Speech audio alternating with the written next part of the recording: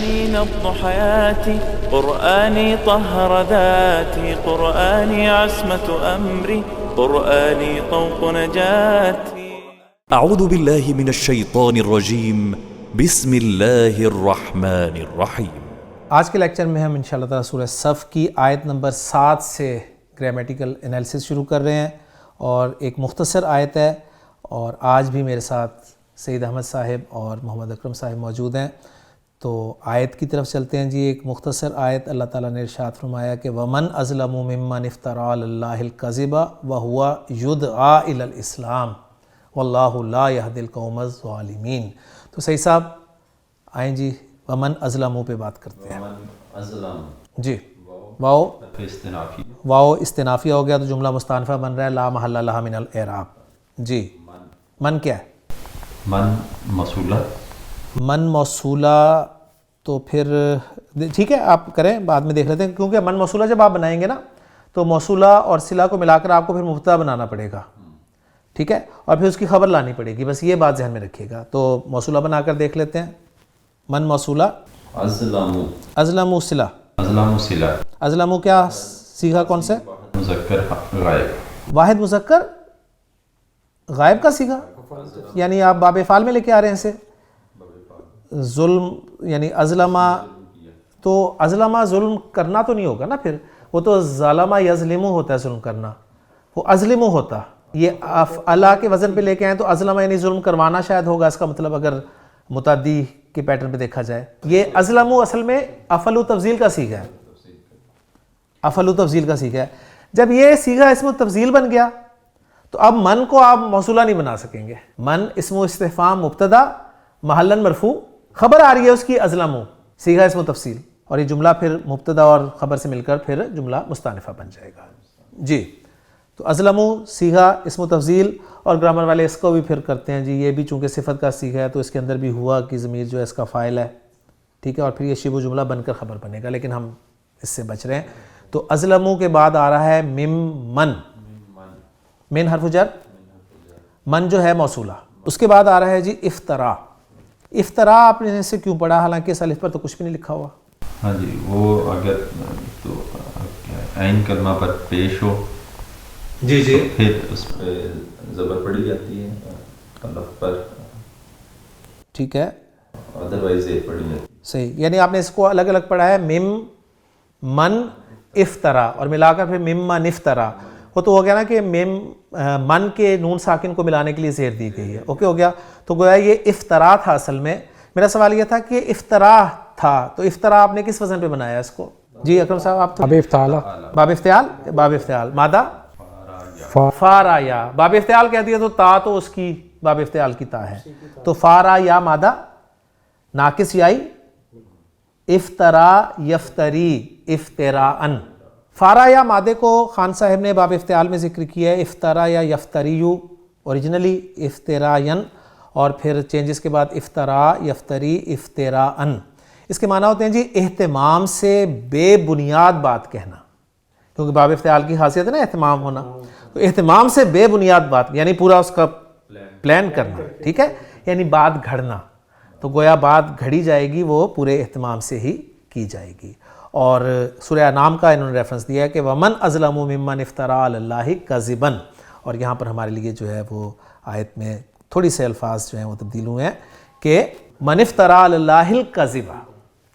جی صحیح صاحب، تو افطرا باب افتعال ہو گیا، واحد مذکر غائب کا صیغہ ہو گیا، اور ہوا کی ضمیر جو ہے اس کا فاعل ہو گیا، کیونکہ آگے ہمیں کوئی اسم ظاہر مرفوع فارم میں نظر نہیں آ رہا۔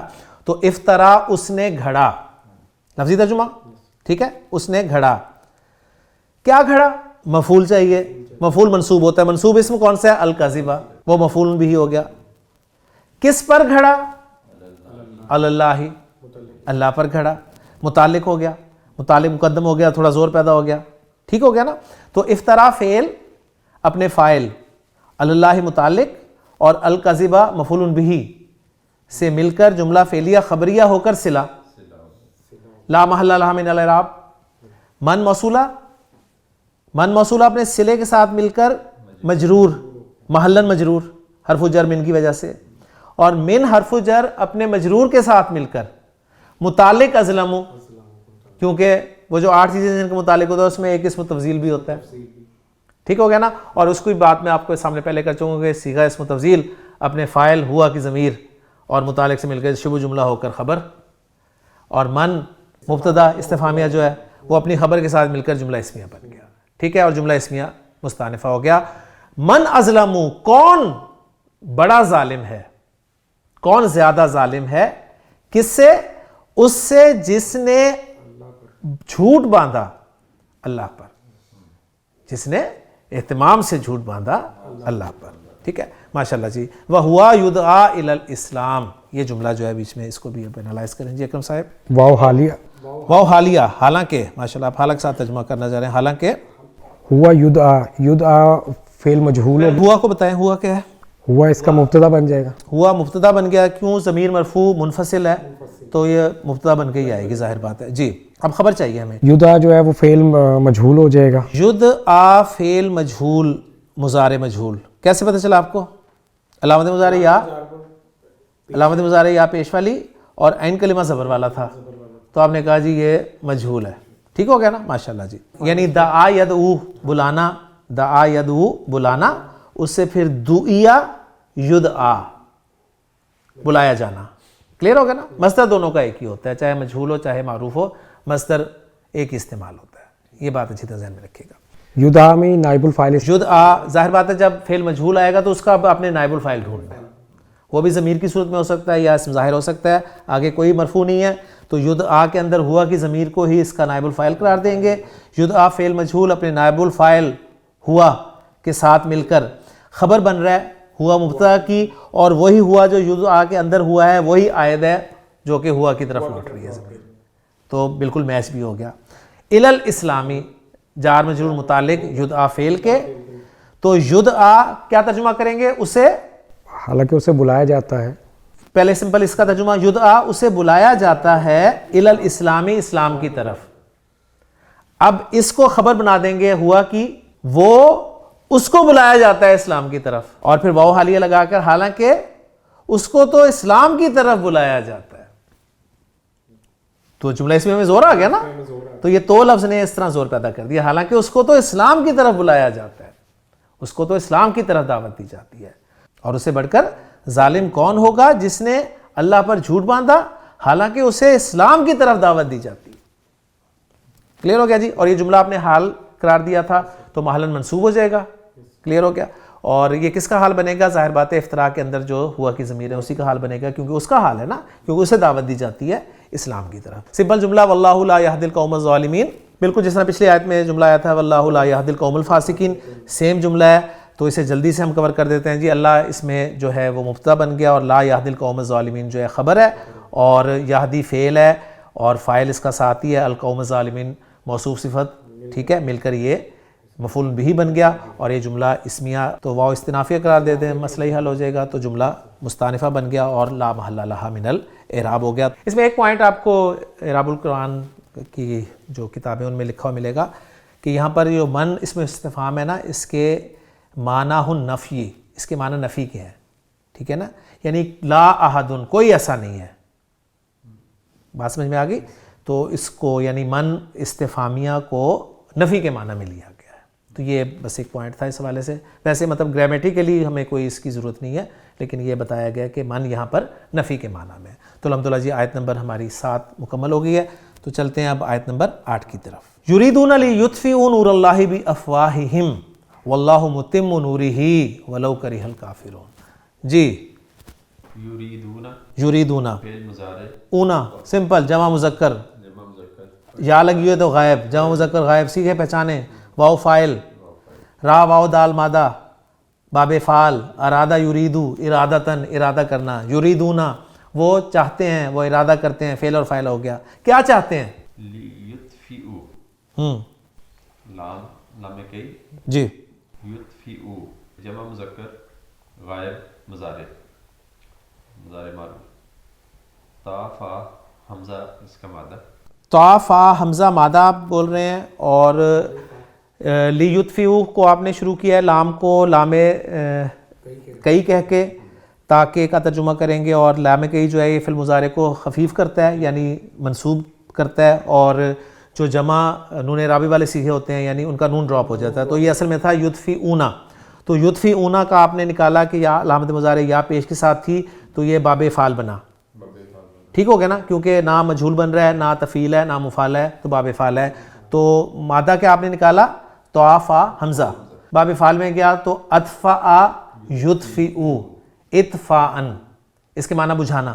جی طافا حمزہ باب سمیہ سے بھی استعمال ہوتا ہے یعنی بجھ جانا کے معنی میں, اور باب افعال میں جب آتا ہے تو اس کے معنی ہوتے ہیں بجھانا, آگ بجھانا, روشنی کو ختم کرنا. تو گویا یطفئون کا ترجمہ ہوگا وہ بجھا دیں گے, تاکہ وہ بجھا دیں. ٹھیک ہے, اور لام کے ساتھ ہم ترجمہ کریں گے تاکہ وہ بجھا دیں.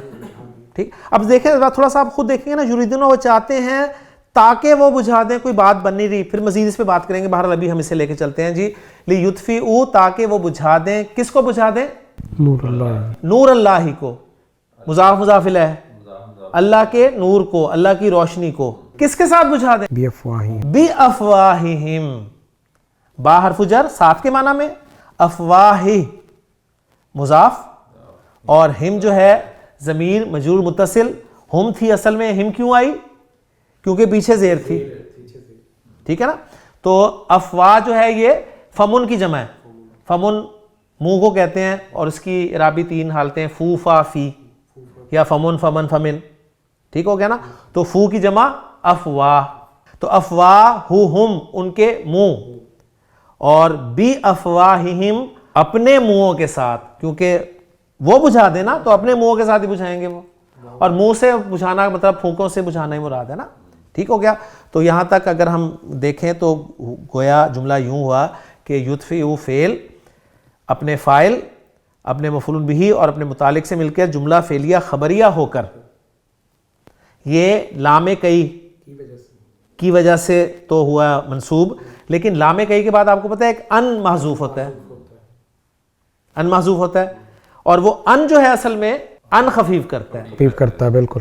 اس نے خفیف کیا, وہ مصدری معنی میں لے گیا, اور مصدر مؤول بنا کے اس نے مجرور کر دیا لام جارہ کی وجہ سے. اسے ہم مجرور محلاً مجرور کنسیڈر کریں گے لام جارہ کی وجہ سے. لام جارہ اپنے مجرور کے ساتھ مل کر پھر متعلق ہو جائے گا یریدون فعل کے.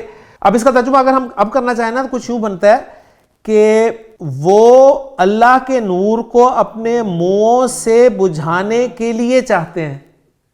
کیا چاہتے ہیں؟ ابھی بات نہیں بن رہی, اگر آپ دیکھیں ترجمہ نہیں بن رہا. تو اب ہمیں مدد لینی پڑے گی, اور مدد وہ یہ ہے کہ لیطفئوا کے بارے میں لکھا گیا ہے کہ اللام زائدہ. اور یہ کیوں زیادہ ہے کہ یہ لام فعل کے ساتھ زائدہ آتا ہے تو تاکید کے لیے آتا ہے, کیونکہ اس کے ساتھ ترجمہ بن نہیں رہا نا. تو اب یہ تاکید کے لیے لام زائدہ جو ہے وہ آیا ہے. کیا چاہتے ہیں؟ وہ بجھانا چاہتے ہیں اصل میں. یطفئ نور اللہ بافواہہم. یریدون فعل اور فاعل ہو گیا نا, اس کے بعد لام تو زائدہ ہو گیا, لیکن یطفئ منصوب کس وجہ سے ہے, خفیف کس وجہ سے؟ ان مصدریہ کی وجہ سے. ان مصدریہ نے فعل کو مصدر کی تعویل میں کر کر محلاً منصوب مفعول بہ بنا دیا یریدون فعل کا, اور مصدری معنی آ گیا نا. وہ چاہتے ہیں بجھانا اللہ کے نور کو اپنے منہوں کے ساتھ. کلیئر ہوگی بات؟ ٹھیک ہے نا. وہ اللہ کے نور کو اپنی پھونکوں سے, اپنے منہوں سے بجھانا چاہتے ہیں. ان جو ہے یہ اس کے لام کئی کے بعد ہی آتا ہے, کہ لام تعلیل کے بعد تو نہیں آتا. آ جاتا ہے ان جو ہے وہ لام تعلیل کے بعد بھی آ جاتا ہے, اس کے بعد لام کئی کے بعد بھی آ جاتا ہے, لام عاقبت کے بعد بھی آ جاتا ہے. لام کی تھوڑی قسمیں. ٹھیک ہے, تو یہاں یہ پوائنٹ ہمیں پتہ چلا کہ یہ لام زائدہ ہے اور فعل کے ساتھ جو ہے یہ تاکید کے معنی دینے کے لیے آیا. جی دوسرا حصہ آ رہا ہے کہ واللہ متم نورہ ولو کرہ الکافرون. جی واو اس میں عاطفہ ہو جائے گا. واو عاطفہ پچھلے جملے پر ہوگا پورا. جملے پہ عطف ہوتا ہے, بالکل ٹھیک ہے. اللہ مبتدا واللہ. اس واو کا آپ واو حالیہ قرار دیں زیادہ تو زیادہ اچھا ہے, کہ حالانکہ اللہ اسم اللہ مبتدا ہو گیا, خبر چاہیے تو وہ ہے متم نورہ. نوری ہی مضاف الیہ ہو کر پیچھے اس کے لیے جو ہے نا مضاف الیہ بن جائے گا. کس کے لیے؟ متمو کے لیے.